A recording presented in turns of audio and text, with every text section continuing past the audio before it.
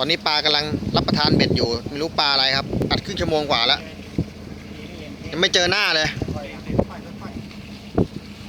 เบาหน่อยเบาหน่อย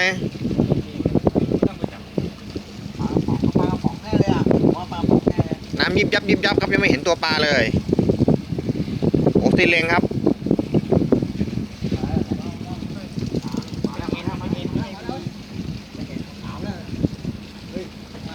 เขาขาวไกลประมาณ10 เมตรชมกินหลังคืน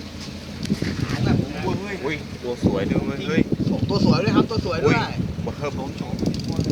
ไม่เห็นเขา เห็นแล้วครับเขาขาวขึ้นมาครับ ใช่ใช่ ไอ้ปล่อยเปล่า ปล่อยมั้ง นู่นน่ะตัวนู้นน่ะอะไร ตัวแม่งยาว ยาวอ่ะโอ้โห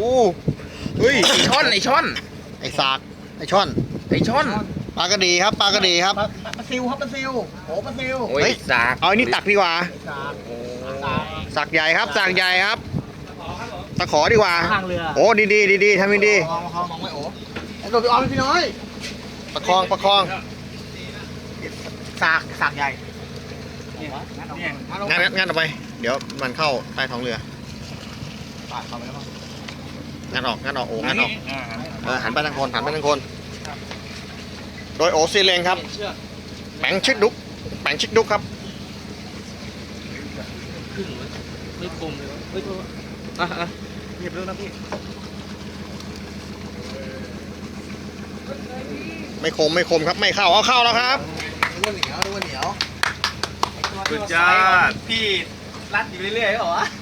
ไอ้ตัวที่มาสอยวิรัดอยู่เรื่อยๆดิ เจน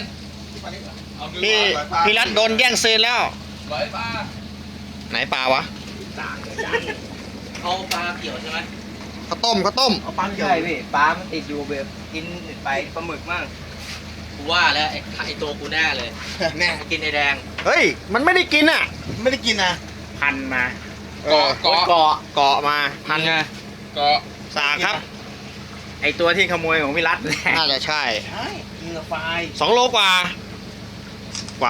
2 โลกว่าได้สบายโอ้ซีเลง ได้กูแก้กูเกลียดสอง จบแค่นี้ครับ ครับพอครับ